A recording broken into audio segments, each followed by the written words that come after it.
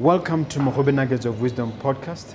My name is Mompoloki Lerumo Mogobe. Our objective is to enthuse, inspire, energize, and empower entrepreneurs and entrepreneurs of all stripes here in BW and beyond. We do so by inviting these entrepreneurs and entrepreneurs into our makeshift studio.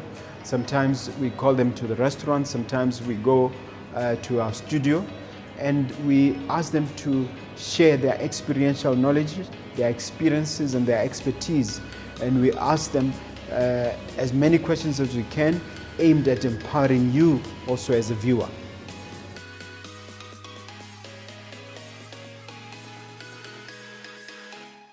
Hello and welcome to another episode of Mogobe Nuggets of Wisdom podcast. I'm always super excited to come to you and to share some experiential knowledge from a guest, some expertise, as well as some beautiful experiences. As you are aware, we try to empower you and bring you life changing, something that you'll take home and it'll make a difference. And I have a transformational speaker just for you. You cannot watch this show and not be transformed. But do me a favor, go to our YouTube channel and just hit, if you are there already, just hit that subscribe button. We need those algorithms to work in our favor. And please let me welcome you, Mr. Seloko. I think, let me get the full name, which is Moshe Jackson Seloko. That's my name. Of yes. Moshe Seloko International. Yes. Mm-hmm. Just introduce yourself in terms of giving a fuller background of your academics and also your vocational background. Yeah. Thank you very much. I look 10 years long. I'm actually 10 years younger than I look. That's my age. Yeah. I'm Motswana, and the last time I went to school, I was doing a bachelor's degree in accountancy at the University of Botswana, and of course I did several other courses that actually got to me where I am now. And I've been self-employed for the past 15 years now, and basically or mainly doing transformation, both as a speaker and with the programs that I run with young people, kids and the elderly. I think the oldest person that has ever attended my training was 85 in some place in Lobatse area, and the youngest was 5 years old. So yeah, that's my the spectrum. Yes, so that's 5 to 85. 5 to 85. Maybe up to 100 even. It will be up to 100. Yes, so that's what I do, and I do mainly public talks and trainings, and as well one-on-one coaching and mentorship. Yes. How did you pivot from accounting to speaking? Yeah, I have a story. The thing is, I never wanted to do accounting. I wanted to do law. So it just happened that somehow I did wrong subjects at high school. Lack of what do you call it? Is it advisory or coaching? You do have people, they call them career counselors. Sometimes they give you wrong advice. Sometimes you don't have them. Back in the days, we never had them. So I ended up doing subjects that I was not in line with what I wanted to be, and somehow I ended up in a science school at the University of Botswana, and I had to fight my way out of the science school to the business school, hoping that I will land in a law class. But 4 years went by and I graduated with a degree in accountancy. So now I wanted to move from accountancy into something that I'll enjoy. But then a story came into my life that, look, it's not only you probably who's going through that. Many people have gone through that with those challenges, and they're doing that, stuck in offices that they don't like, and they don't even like what they're doing. So I then developed a program then called BizKid, BIZKID. It's a program that works with in other words, business kids. Business kids, yes. It targets 4-year-olds to teenagers, and we teach them. Initially, we were teaching them entrepreneurship, but now we're covering a lot of things under the program. And as I was training that, and I was working at the same time for an entrepreneurship development organization here in the country, and Which one is that? Local Enterprise Authority. No, Leah. Leah, yes. But before Leah was the finance manager at the University of Botswana. It was so boring, honestly. And then I ended up with Leah as a business advisor and a trainer. And that's where I think the passion for speaking and training came from. Because as soon as I left the Leah, I started my own entity. I notice you're very particular to say you're a transformational speaker, not necessarily a motivational speaker.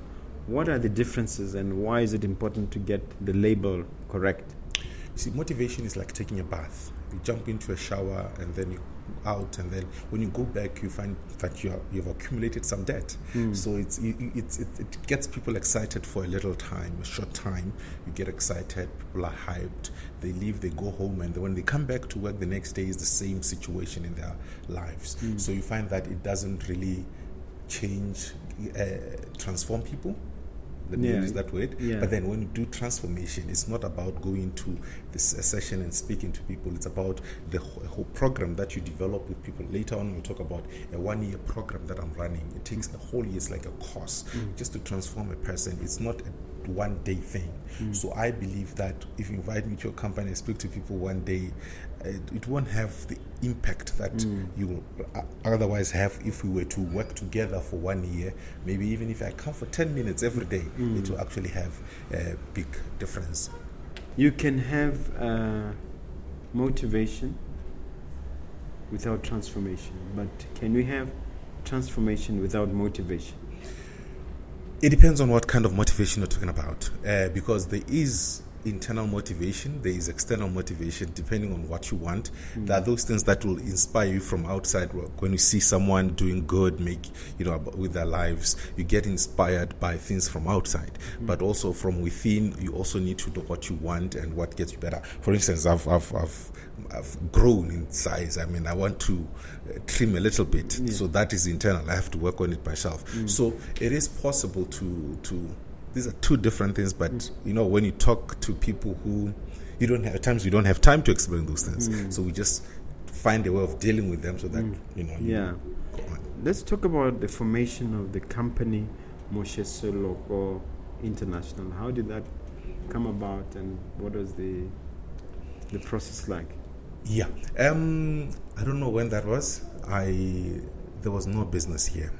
So there was one day I was invited by a certain department, government, to do a talk, and there was a hurricane. I don't know which one that was in America. They had invited an American speaker, and unfortunately, because of that, the person was not able to attend. So was that way back during the time of Katrina? Katrina, yeah. Long ago, in the zeros. The zeros. Oh, one of the hurricanes. Yes. So the person was not able to come, and then I was called to fill in the space.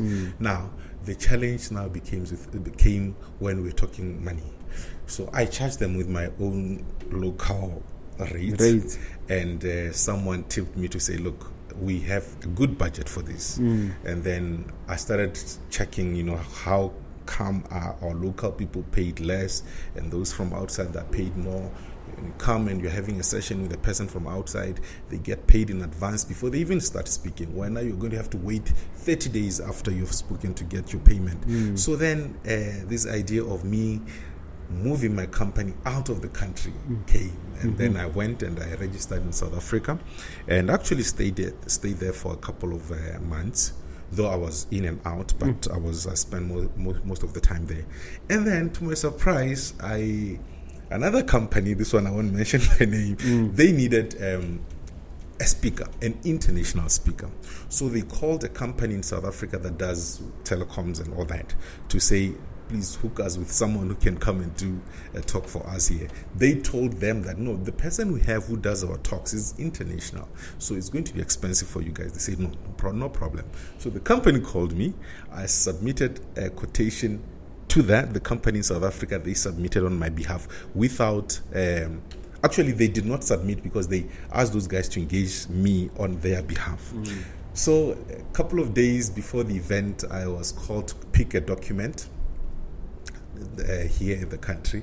So I sent someone. That's when they noticed that actually this is the same guy that Now they wanted to have a meeting. So look, let's talk rates. We are both, from here. So that's when I realized that there is a problem. If you're going to run your company just within this local environment, you'll have a problem. You might miss on opportunities. So that's how you will miss on opportunities. Very much so. That's how Moshe Seloko International came about. And ever since it was registered, I've reached a couple of countries. I think in Africa alone, I've done over 8 countries. I've spoken at about 6 in Europe. And yeah, it's good. When did you register in South Africa? That was, I can't remember the year, but it was probably 6-7 years ago. Yes. Yeah. Okay. So you're a fairly busy speaker. What are your main gigs? Are you a keynote speaker? Do you do any keynotes? And if so, what are they about? I had to do keynote. I'm usually invited to do just to be part of the program. Yeah, I've done a couple of some, not a lot. But my specialty is on mindset.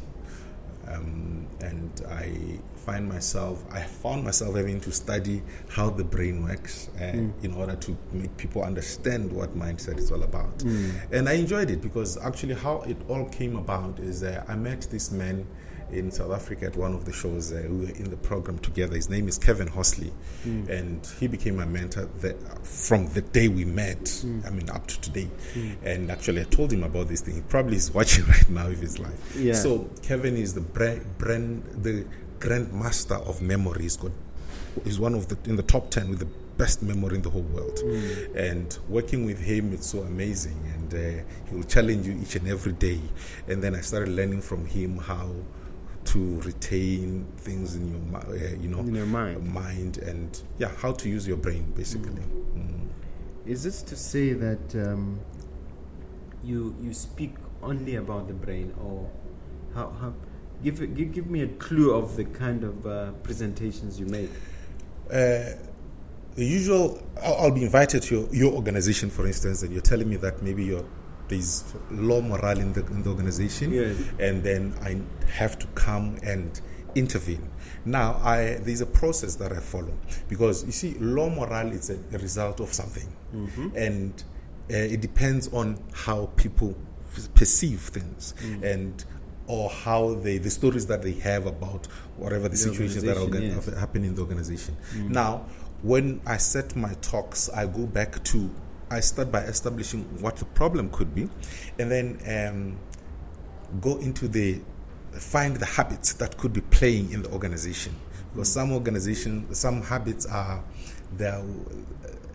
they happen or they occur almost on daily basis, that to an effect or to an extent that they almost become part of the organization. So a new person comes, they see us doing things in a certain way, they join in, and then it becomes part of the organization, an organizational culture. So I'm invited to intervene on such issues: low morale, staff performance.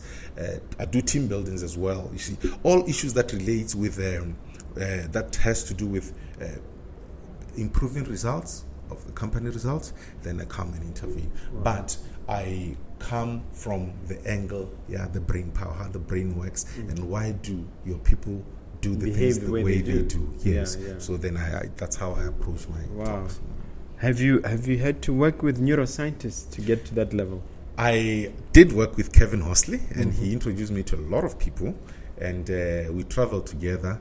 And I was lucky to visit a university in Zimbabwe, and that's where I met a couple of them and actually saw the real brain, a human being, so I touched it and, things like that. So, I do work with those. Before we now talk about the brain specifically, let me just get an idea of your gigs. You say you speak in America, right? Yeah, Europe only, not the US. I haven't gone to the US. In Europe, share some of your experiences. The first gig I did in Europe was in Netherlands, and it was a group of Japanese in Netherlands. So my first challenge there was just to understand, to read the room. They were all looking very serious, and I didn't know whether I was the problem or even when you cracked a joke. You crack a joke, they don't even smile. They'll just look at you as if nothing happened.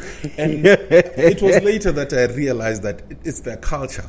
So it's the person, the elder within the Japanese group. were in Europe. They were in Europe. Yeah. They were invited by their ambassador or something. Yes. Yeah. I don't know if it's Japanese who are staying there or So not until the senior person in the room laughs will everyone laugh. So they'll just look at you as if straight face. Give you a serious face. And imagine you are expected to speak to them for an hour or 2 hours and no one is smiling. At some point in time you ask yourself, am I really saying the right thing? And then again, the other challenge that I had was non-verbal gestures. You see, with them, so different from us. For us, I meet you, already shook hands, but with them, you don't even shake hands. They bow, and when you some hands signals that you use can be unpleasant to them. So it's a challenge speaking to those. But I've had other groups where you speak to them, and for students again in the same place, it was just fine. You see, I've read about speakers who, before they can give a talk, they would go a day earlier and sort of work the room or earlier. You don't do that? I do that. What I do usually, even here in the country, I do that. Before, even on our quotation, it's written at the bottom there that before we could engage, we need to meet at the venue that we are going to be having a session at. So it's very important to do that, and I think it works psychologically for you. You know the place, and the only thing that you don't know about the room on that day is the guests. But then it works. It helps you also do housekeeping things like checking whether the mic the mic working, is the speaker. Yes. That's very important. Because what I do is I always use my own mics. I learned this one thing. I think it's a belief from other people. There was one day I ran out of my voice, just disappeared. And someone who's in the middle of a talk. It happened a day before a talk, and then overnight it improved. But when at the event, I could feel that my voice was going, so I had to increase my pitch. And by the time I ended, it was just the voice was hoarse. Then someone said to me that you need to start using your own mics. You see, because how does that work? You have a speaker and a mic. It's a set. It's a set with I don't know what they call those things. It's a small box like this. You connect on their system. But I also have my own system. If it's the time allows, I set up my own everything. So I find your equipment, then I put it aside. I set mine, and then that's how I do it. But yes, So that you have more control. I have more control, and I know how to use my things. Because honestly, you find that in a very big event, you find that you are wired all over. There will be a cable going into your ear, and then that communicates with your team, and then there will be the mic that you communicate with everyone else. And so while you are busy talking, someone could be talking to you.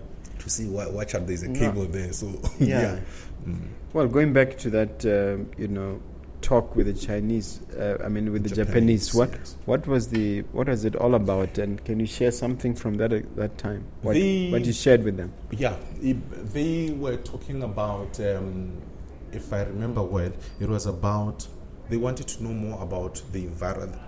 I think it's investors who wanted to come to Africa, but now they wanted to know more about our country specifically. I remember after that event, someone from BITC called to say, but it should have involved us and all that. But they wanted to know more about how our people are, basically, and how easy it is to do business in Botswana and the kind of businesses that they can do, and the mindset of the locals here. So that's what they wanted to understand, And you're presenting on that. Any other continent you went to? Europe mainly. I did 5-6 countries in Europe. Like I said, I was in the Netherlands. I did France. I did the UK. I did Germany. Germany, there was also a problem with language. You will not believe that those guys, some of them, they totally don't know English. So you get there and you'll be shocked. But this person is white. They don't know English. So do they have an interpreter? They have these things that I think they have interpreters sitting somewhere. So you just speak like we are talking now, and then someone is speaking to their When there's a thing called getting in the zone or reaching a certain level, some call it beast mode, being on the zone where you are doing your best performance. Can you share an experience like that when you felt, this is it, I'm really doing what I'm made for? Yes. I remember this one day. I was here in Gaborone, and I was having an event the following day in the morning in Francistown. And that was one of my busiest days. So as we got as we were getting to Francistown, I knew I was supposed to come back here and then fly to Joburg, but I was told that there was an event that has been confirmed that is happening in the afternoon in Maung. So we drove to Maung with my team. Usually I travel with a team. It's 4 or 5 of us. So we drove to Maung. When we got to Maung, I had to leave 2 of them. We flew back here, and I remember I had to call my partner to say, look, bring my suits to the airport, because we were just coming in and leaving. So I met her at the airport. I took my new set of suits to South Africa, and then we were in Durban. It's a Joburg. No, Durban. Yeah. And then we drove back to Joburg for another event that was happening at 6 o'clock. While we were at that event, my PA calls me to say, Ghana, the Minister so says they're waiting for you now. You are supposed to be on the... I'm like, okay, fine. I think there was double booking, because I was using the PA, and then there was these guys from UB, what do you call interns? So I think an intern somehow double booked me. Yes. So I told them that, look, right now I'm going on stage. I can't talk to you for the next 3 hours, but can you just somehow find space for me in the morning? They agreed, because they had gone for a retreat. So I drove the whole night back to... So it was a busy 3-4 days, and it was exciting. And you felt, this is my purpose. I'm doing this. I'm on top of the world. I felt like calling my mama to say I've arrived. Okay. Young speakers out there, aspiring speakers, there are not many of you, as you know. Where are they going wrong? What advice would you give them? Where are the mistakes? Transformational speakers in general, motivational speakers. Tell us the don'ts before you tell us about the do's. I've worked with several of them to try to help them get to maybe to where I was or am. But I realized that as they move on and they think they are improving, they have a tendency of detaching themselves from you and to set up their own thing before time. So you can't say no to a person and a difference in their lives. But I think that is the biggest mistake that I'm making. But they lose that connection. They lose the connection to the mentor. Yes. To the source. I mean, I've been working with my mentor since 2008. And he calls me each time. He knows I'm here, and he knows almost everything. The other day, last year before COVID, I was invited to get an award in Germany. He said to me, don't go. I really wanted to go. He said, don't go. And because? I don't know. He just said, don't go. You'll understand one day. I just obliged and I didn't go. But I apologized. But you see, our young people here, they want to... And you didn't... If you had gone, what would have happened? I don't know. I think the company that had invited us was not a legitimate company, because 2-3 months thereafter I was invited for another one. Now this one, he said, this we can go. So I don't know if the other company got our contacts from this real company and they were quick and did their own thing before the real thing came. But I don't know what happened to those who attended the first event. So it's good to stay connected with the mentor. True. Yeah, that's number one. What else? And again, there are different styles of speaking, and you need to. We have been in the. I mean, when I came, I don't want to. I found you in the field. I was told you in the field, but I was sort of amateurish about it because my focus was on my profession, and on real estate. Yeah, so but your name was out there. Yeah, but I did speak, especially at the university. And so to be honest, I sort of got distracted. So it was your name and another gentleman's name, and Let's Tole, who were in the field. I remember I approached Les to say, look, help me, I want to do what you do. And he was happy. I mean, he helped me. I walked with him. I attended his event. I will carry his thing, around until I learned, by observing, not just him telling me what to do. Where you really do the thing, he says to you, we are preparing for a presentation. This is how you do it, and go and help me find this. See, that's how we learn. But the upcoming speakers, they don't want to go through that. They just want fame. They want their names to be out there, and then they know how to use social media. They know how to market themselves. But then the problem becomes when they are now in front of people. The content. They mess up. And then this is a small country. You mess up once, you're gone. And where do they mess up typically? I think it's they talk about the things that they've had other people talk about, and they don't take time to develop themselves around that, whatever topic they pick. So when they hear people talk about the brain, for instance, you go and learn 1-2 things about the brain, and then you go and start talking. But then when people can tell when there's no depth. They can it's easy to tell that here there's. But the thing is, you get paid for that event, and they will never call you again. So they'll never tell you. They will never tell you. So that's it with our young speakers. All right, let's talk about the brain, which is where we want to spend a little bit of time on. Is there anything physically that you can tell us about the brain before we talk about what it does? I can tell you it's the size of your fist. Yes, some people have big brains, some have small brains, but honestly, size does not matter. It's not about the size. If it was about the size, we'd expect an elephant to be one of the brightest and smartest animal, and an ant to be the dumbest, with a brain as big as the size of a head of a pin. But no, ants actually doing great things underground there. They're building, I don't know whether I should call them skyscrapers, though they're going They are. They're and building castles. Castles under the ground. And they are, so it's not about the size of your brain. Honestly, it's about how you use your brain. To make people understand how the brain works, you normally use this example. A brain, it's something that you can touch. It's like a in IT, they call it hardware, right? Hardware.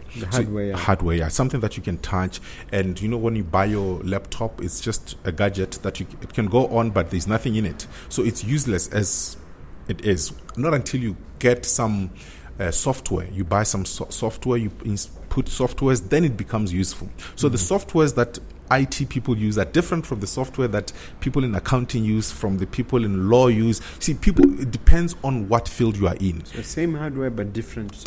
Yes. So I can give you my computer right now. It might be useless to you because the software in there is not what you need. So the brain as well, it's a hardware, and it also has software. And like any other software, I'll come to that one. Like any other software, software expires. You buy, you update every year. And the same applies. This one, I'm getting it from the Bible. The same applies to your brain. You have a brain that has a software, which is the mind. And when you read the Bible, it tells you that in the book of Romans, it tells you that do not be conformed to the things of this world, but be transformed by the renewal of mind. So renewing your mind it transforms you. So your mind, if you don't work on it, if you don't read, if you don't feed it, the brain, your mind will just not give you what you want. It will just, in IT they say garbage in, garbage out. But with your brain, with your brain is garbage in, garbage multiplies. So it multiplies, the garbage multiplies in your brain, and then the things that you start thinking about, because now you think about the things that you see, that you experience, and thoughts are the genesis of everything. Even creation. I've heard it said thoughts are things. Thoughts are things. They can actually become real things if you know how to transform from them into physical. Let me give you an example. This table here, it was a thought at some point in time, a plan. This building was a plan at some point in time. It was just a thought. The owner came and stood here, bought land, and they could look and imagine a building sitting on the land. And then the thought was transformed into what it is today. And the idea, the thought, the imagination was transformed to what it is today. Yes. Even a human being, when you read the Bible in the book of Genesis, page 1, it will say, then God said, let us make man in our own image. That was a thought. Had whoever that God was talking to said, no, let's give it 3 legs or 4 legs, we would probably be having 4 legs right now. So thoughts are the genesis basis of everything. So for us to be here, there was a thought that then was worked on. So if you allow garbage in your brain, which is the factory for thoughts, for your thoughts, then you are likely to have wrong thoughts. And I heard one pastor the other day saying that this was, I think it was not nice. He said to people, some of you are wrong. You met wrong people, and then you were born from wrong relationships, so you are also wrong. So if your thoughts, they determine what you become, and they're all manufactured in your brain, and it's your responsibility now to keep your brain fresh and active, and so that it's able to give you what you're looking for. Now, let me understand about this software, especially in this day of social media. Is there anything that you recommend people can do to avoid corrupting the software? Yeah, there's a lot we can do. I mean, personal development that's what you need to do. And you need to be able to, first of all, you need to know what you want, because you can't just go into personal development not knowing why you're developing yourself along. To what end, So you need to know what you want. Those are imaginations, these are thoughts in your brain.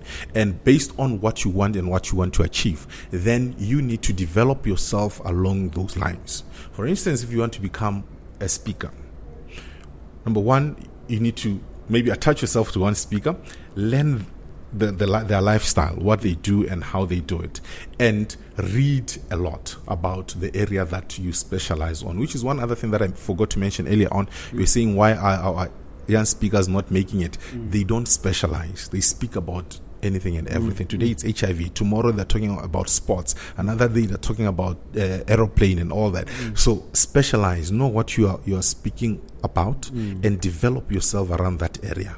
Become a master. Yeah. Which then makes me wonder whether, as a culture in Botswana,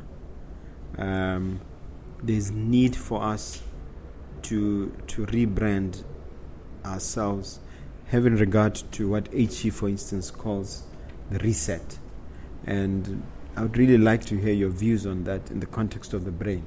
Yeah, it's important to rebrand ourselves as a country, and I think responsibility lies somewhere in some office somewhere. Yes, but it's important to rebrand ourselves. But what is most important is that when you talk about rebranding, people should see you doing it. You see, when you talk about transformation, people should see you doing it. You should lead by example. I'm not talking about anyone in politics. I'm talking about all of us here. We are talking about rebranding ourselves, but are we seen to be doing it? But it's important that we rebrand ourselves, that we sit down and ask ourselves, who are we? What do we want? Where are we going? And then after we know where we want to be, then we can craft a way to where we want to go. The reason why I'm speaking slowly is because something just cropped into my mind. You see, your brain. When in my talks, I always bring the Bible, I bring science, and then I bring what everyone else is bringing. You bring yourself. I bring myself to say, no, let's think just like any other person. Yeah. But you see, I try my talks, I meet the two. I make the two meet. See people, this is really from religious person. It's not the Bible only. I also bring the Quran and all other religious. Because some of the principles cut across. Yes, they cut across. So you find that your brain, you're having an opportunity every day to become a better person. Your neurons, they are developed every day. It's also there in the Bible, in the book of Lamentation, I think 3 verse 26. It says that your messes are available every day, so you can be a better person every day. And when you talk about neurogenesis, it's the same principle that the Bible is talking about, or is talking about. So we have an opportunity to become better people every day. Even as a society, as a community, we've got a chance to become better people every day. But then the question is, how do we go about it?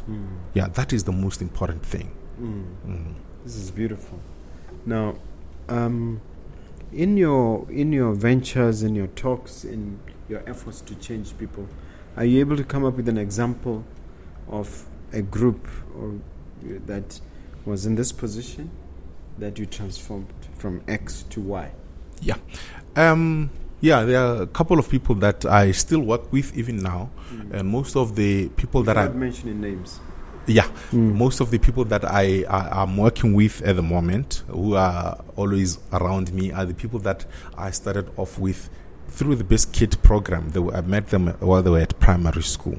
So I came with them until they are where they are now. Some of them are graduates, but I met them while they were doing Standard 4. I mean, Standard 4 is around 8 years old, I think. Yeah. So, yeah, there are people that I came way back with them, and we are still together. Yeah. And what I'm interested in is actually tangible progress, where you started with a person in this state or in this condition. Yeah. And through transformation, they became this. Yeah, there's like I say, I shouldn't mention names, but there's one speaker in South Africa whom, when I first met, we actually attended my session. You can actually mention names if they don't mind. Yeah, I'm not but sure. But you won't know. Yeah, you'll never know. Yes, if you haven't asked them. Yeah. So when I met him, he was just he was an attendant and in part of the audience, and he had not or never started speaking. And he never even thought about speaking as a career. So he went on and we worked together. There was a time he came and he settled here for a couple of weeks just to learn the ropes of speaking. I was talking to him about, was it last week? We were just talking about how is business that side. And he is now charging about 60,000 per hour in public speaking. So he's in a space of I think it's been 8 years now. Okay. Yeah, 8 years. He used to never charge. Now he's charging. He was not even speaking. Yeah. He was. And when how is he on met, stage? Have you seen he's good. He's good. Yes, he is good. He's good. We have shared a stage many times, and he's good. Okay. He's good. I'm going to put you under a spot. I'm going to ask you to spend the next 2 minutes saying something unique that is in your talk that people can look forward to should they wish to book you. Oh. Just something beautiful, something original. I don't know about the original part, but there's this thing that people original say. As in something you put together yourself. I get you take from other people and repackage. Yeah. That there's this thing that people always say that I like saying, and people kind of like it. It's a relationship between thoughts and destiny. See, and it's actually a quote I got from someone else, and even in my life I use the same quote to become a better person every day. That you saw a thought, saw as in Hojala. That's you saw a thought, you reap an act. You saw an act, you reap a habit. You saw a habit, you reap a character, and you saw a character, you reap your destiny. Wow. So that there is a link between your thoughts and what you ultimately become. So what you're thinking right now, I don't know what you're thinking, but it has a potential or it has power to direct you to a certain route. So you need to be very mindful of the things that you think about. I speak about this, I bring this quote every day because it is the basis of my talks when you talk about the brain power, that it starts with thoughts. So people need to be mindful of of the things that they think of. They shouldn't just let themselves, because thoughts just crop in. I mean, you can't control them. Whether you are sleeping, you are awake, or you are busy at church singing, a thought will come. You cannot stop them. But it's your responsibility to decide which thoughts you entertain and you go with. And the things that you think about, you're likely to act on them, and they become a habit and ultimately your character or your destiny. Wow, that is so true. Now, realizing the connection between thoughts and destiny, what we do about our thoughts then? Now, the actions that we do about our thoughts, and we repeatedly do, they're called habits. The little things that we do every day. See, right now I'm talking to you with this sign. I don't know what this is. Means good. Yes. Yeah.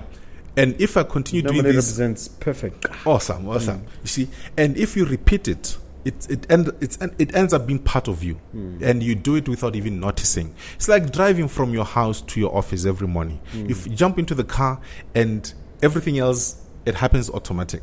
There's a part in the brain that automates everything. Then you just do it without even thinking. Like eating, you take the first spoon, you start swallowing. You don't even have to remember about the processes of eating. All you need to remember is that there has to be a trigger. It's a cue that says to you, we are starting. The moment the trigger plays, you start doing things automatically. Now, what I try to do as a transformational speaker is I try to help you automate the things that you do every day.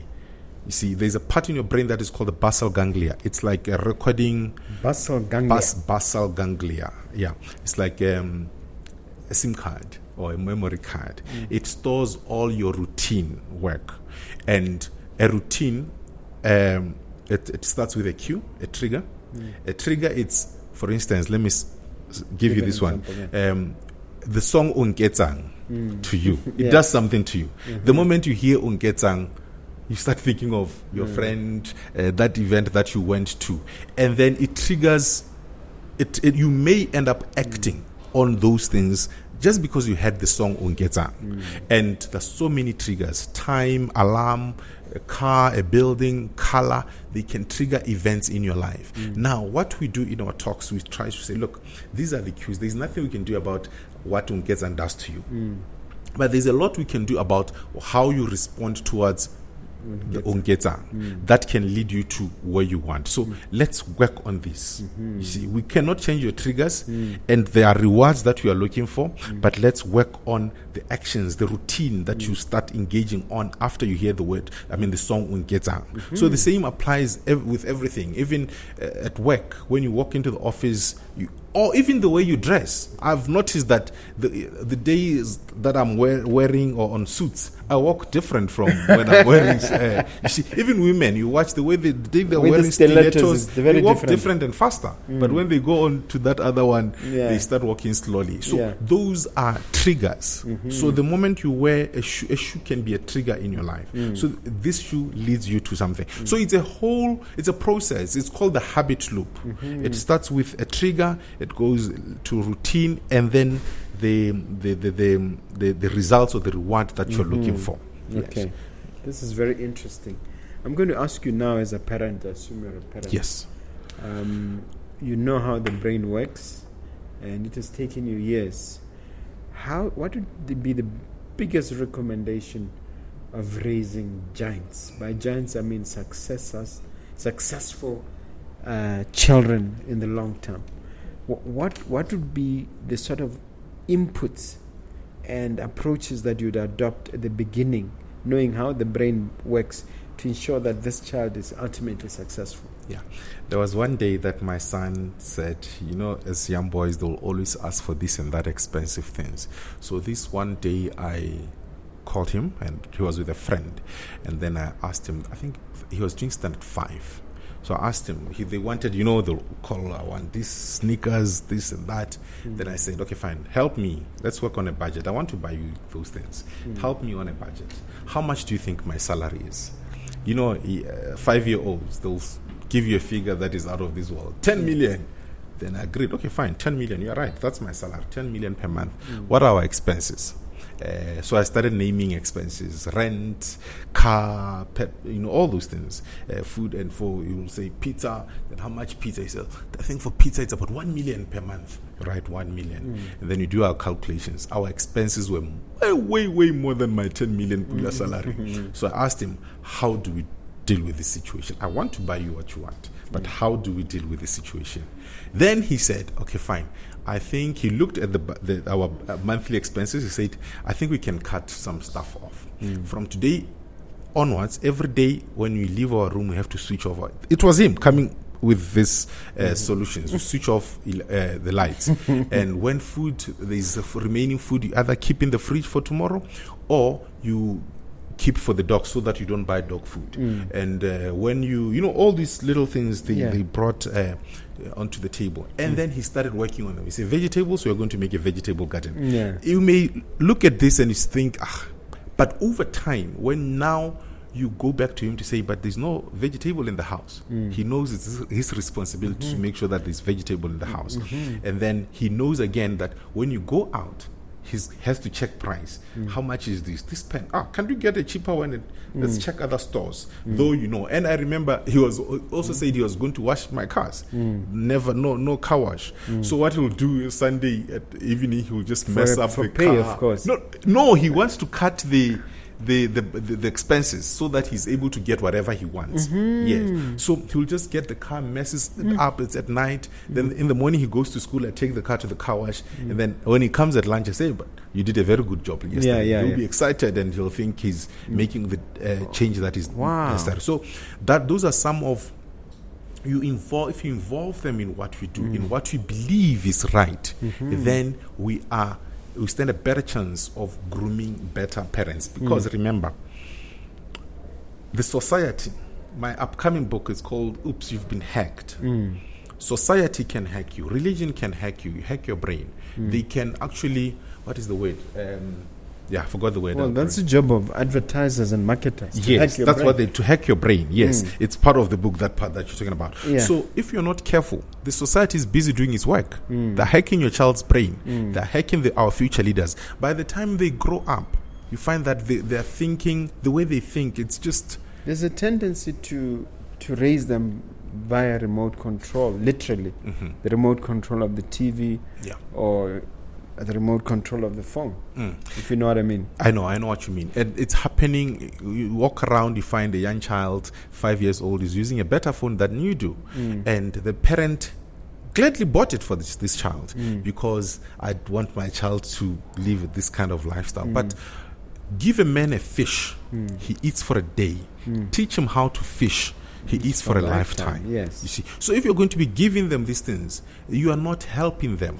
You actually, though it's called delayed gratification. Just delay. Don't get them, those flashy things now. Delay it. If you want to give them when now they know how the value of the things that you're giving them. Yeah. What did you say are the challenges for international speakers now? And what are the what are the solutions? The biggest challenge which affected many of us was obviously COVID, because speaking, you meet with people face to face, and we had not grown to a level or stage where we can use Zoom to speak to people. I still struggle to do that because I still like the face-to-face interaction. I'm still struggling with Zoom and all other app that I have. There's an organization, I won't mention its name, they invited me to speak, and I was all dressed up expecting to speak to a large group of people, and it was a large group of people. But when I got there, they gave me a screen, and those people will listen to me from the offices. From the offices. And the funny thing is that I didn't know I was having any impact. But the minute I finished, everybody came from the offices to meet you, to meet me, to want to take a picture with me. I was amazed. I did it. So it has impact, but you won't get feedback. You don't get immediate feedback because you can't look at the person's eyes. Because when you have an audience, you look at the person's eyes, you look at their body language. You know where to add a little bit more. You know where to emphasize, and you know how to work the room. So I know exactly what you mean. Yeah, because I also did a job with BITC. I'll mention this once. And when I got there, it was me alone in the room. I was in Francistown. I was talking to all of them. It's funny you mentioned them. It was exactly that organization. The example I gave. Oh, really? Yeah. And some of them were in South Africa, some were all over, and in the UK. And it was not easy for me to just crack. And I ended up asking them to say, look, a short break. After break, I called the Francistown staff. At least you guys come. Let's just sit in one room. So we sat in one room, and it was much better. But then at the end of the day, I know there's a tendency, not with this organization, but with people, that they will just switch on and leave the screen and go do their own things. You'll be there talking to yourself, and so these are the challenges that you are facing. Right, it's very horrible, especially if it's a paid gig. It's not the kind of money you want to make. But those are the challenges that we are facing now, and we used to enjoy traveling. I mean, it will be fun to go. But is it not getting back now? It's getting back, but when you start hearing of this thing coming back, you get scared again. Or what if? But it's getting back. I mean, the people are calling from outside, and they expect us to. I'll tell you what I think the challenge is for me. Maybe you can help me. Knowing what and how to charge, and avoiding undercharging or undervaluing yourself. Actually, I met with someone who was at the reception here as I was coming in. That's exactly what you're talking about. How do you charge? Because it took me years for me to know and settle with where I think I am or worth. But then after COVID, you find that you're starting again you're coming from the scratch. So I've tried. There was a year that I registered an entity called Diamond Speakers League, and I brought the speakers around the country to say, look guys, let's work together. The service that I was offering, I'm going to profile you. Is it going to be like in SASA? Something similar to that. Yes. Southern Africa. Yeah, and then bring them together. But then the problem is, I think our people do not understand how these things work, because they then expected me to pay them. You see, what I'll say to them, I'll bring employers, guys who can engage you. I'll bring hundreds of them under one room. You come and speak for 5 minutes. Show us that, impress them. They'll call you the next day. But then these guys wanted me to pay them again. To pay them for the 5 minutes to get an opportunity. Exactly. And they just couldn't. So you realize you're working with the wrong people. Yeah, I was working with wrong people. I just decided to shelve it, and I was just thinking recently, maybe it's time that I bring that back. Now that we are coming from COVID, maybe people have seen things differently, and maybe it will work out. So how do you then end up finding where to charge? Are you going to charge? I for instance, as a senior attorney or an advocate type level, would be entitled to charge something like 5,000 an hour. But I'm thinking to myself, if I charge myself 5,000 an hour for a keynote that I probably spend 3 or 4 days preparing, I'm undercharging because I've spent 3 years narrowing it down. On the other hand, if I'm just sharing my experiences in real estate, which took decades to acquire, I might be also underselling myself. On the other hand, if I charge the hourly rate that I would charge as a lawyer, I'm going to chase away some of the potential. So it's always a struggle. Sometimes for me, I just say, look, there's an area which makes me some money, so maybe I should focus on that. And although I have that urge to want to be a good speaker, the strategy that I use, that, and I don't know if I should share it here, is that I used to charge per hour, and my rates were, and I realized that when they read your code, they start, you mean per hour you're making this much? So if you're going to engage you for 8 hours, you'll never engage me for 8 hours. But so I started saying, instead of saying per hour, I started charging per day. But I still know I'm spending the same time that I would spend with them if it was an hour. Because there's no way they can keep me at the event for 4 hours. If I'm speaking for an hour, you just come maybe 30 minutes before your part, you speak for an hour, and then you're done, you leave. But remember that there's preparation time. There's preparation time, yes. So it works out to the same thing. Because it's not likely for you to book 2 gigs in 2 separate towns in one day. So although it's a 30 minutes keynote or 45 minutes, it still took up the whole day. It takes the whole day. So I really like the idea of charging per day. That's what I do, and it works for me. I don't get so many questions like I used to get. You mean per hour? They start calculating the number of hours in a month. And then looking at the long term, can you help the viewer understand the pleasures of speaking and the rewards or the returns that come out of it? It's actually one thing about the speaking industry in Botswana. We are very few, and there are many players, but they are not yet focused on. You see, so those that are serious about it are very few. Head count, I don't think will be more than 20, 30. They're very few, and the industry is big.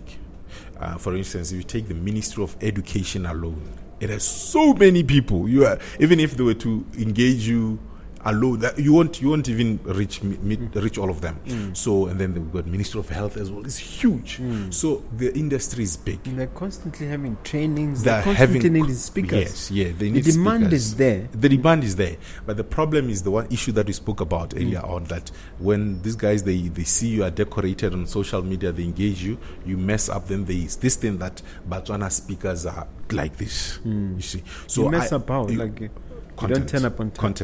Content. The content is not. There's no depth. Yeah, there's no depth. And when they challenge you with, I was challenged the other day. I spoke before some doctors. I didn't even know they were doctors. And they invited me to speak on the issue of the brain. I didn't know it was doctors. Not until it was midway through, I noticed these guys. It seems like they know this topic. They kept asking. Yeah, they kept asking, and you see, and the advantage was that I read. You're well. But imagine if I only knew what I learned from other people. So yeah, that is the challenge. People then tend to say Botswana speakers are like this, but the industry, the demand is high. Is it still happening that they prefer to hire South African speakers?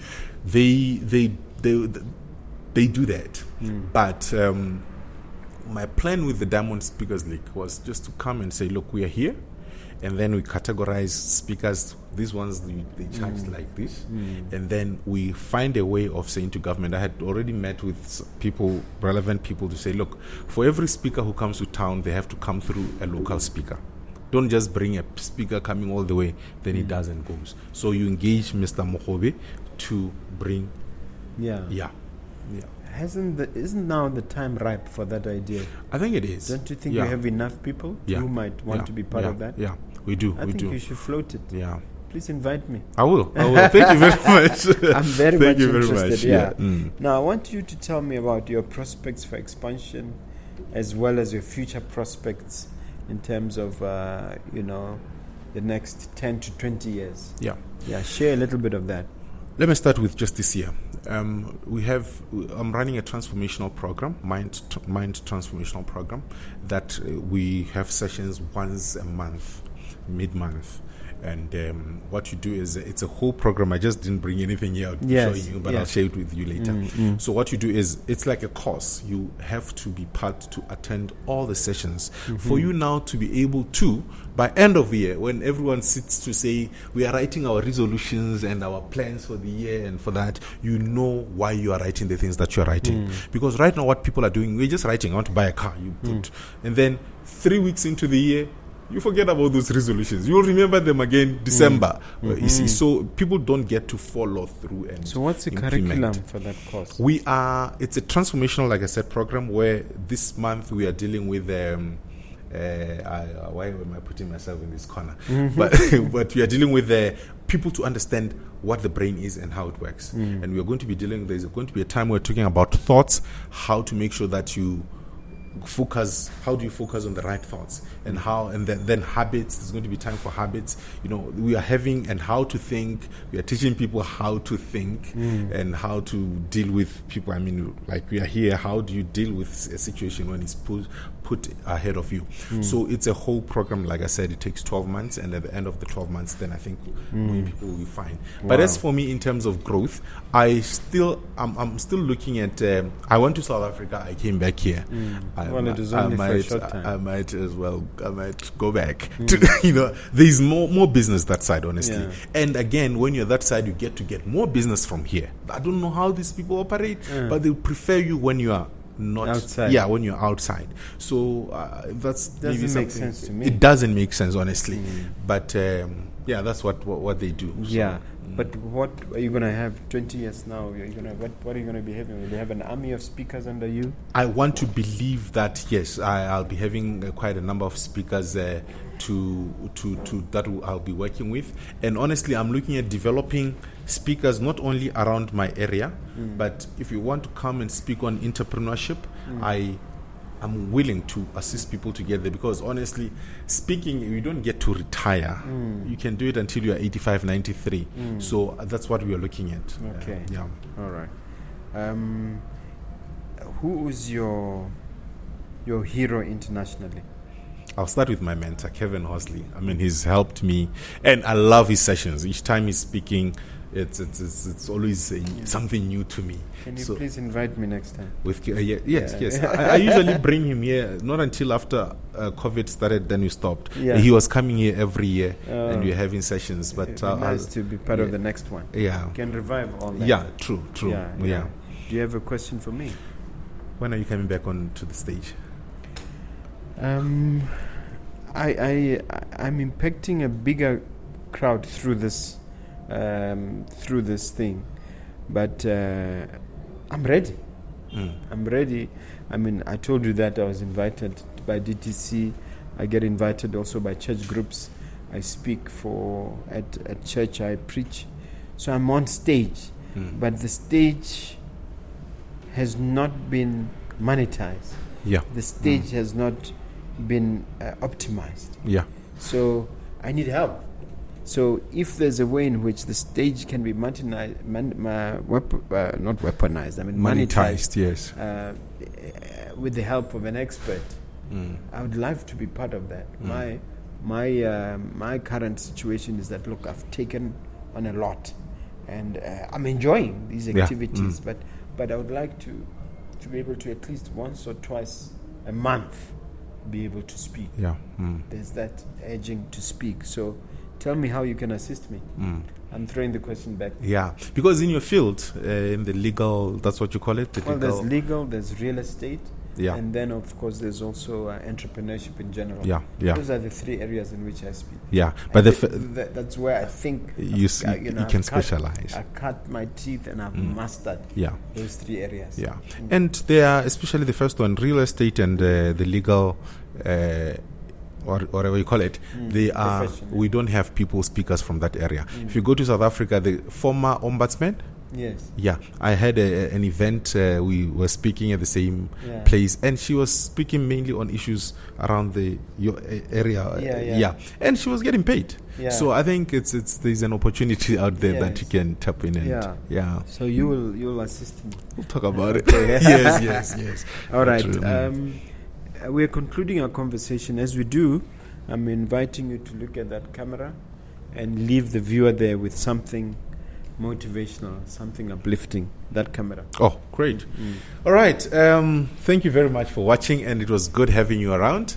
And I just want this to be a year that will change your life going forward with the things that we do, what we are planning to do, and how we implement the things that we are planning or thinking of implementing. So it starts with you right where you are. You need to start by having the right thoughts in your mind. Or before you even have the right thoughts, you need to clear out, detox, let go of the things that you don't want in your mind, and then allow your mind to attract the things that you want. And the moment you do that with the right steps on how to implement whatever you're thinking, you'll become great again. So you can join me through him. You'll get my contacts, and we'll be able to talk and know how we can help each other to become better people. Yeah, I'll do even better than that. Tell them where we can be reached on social media, and even your contacts. Oh, awesome. Moshe Seloko International. Facebook, I'm Moshe Seloko International. That's where you get me. And on WhatsApp, use the number +267, obviously, with a 71303070. It's easy to memorize. 71303070. You'll get to talk to me or my team, and then we can help you on how we can get the ball rolling. Yeah. Okay. You've been a wonderful guest, sir. You've done a great job. Thank you very much. Let's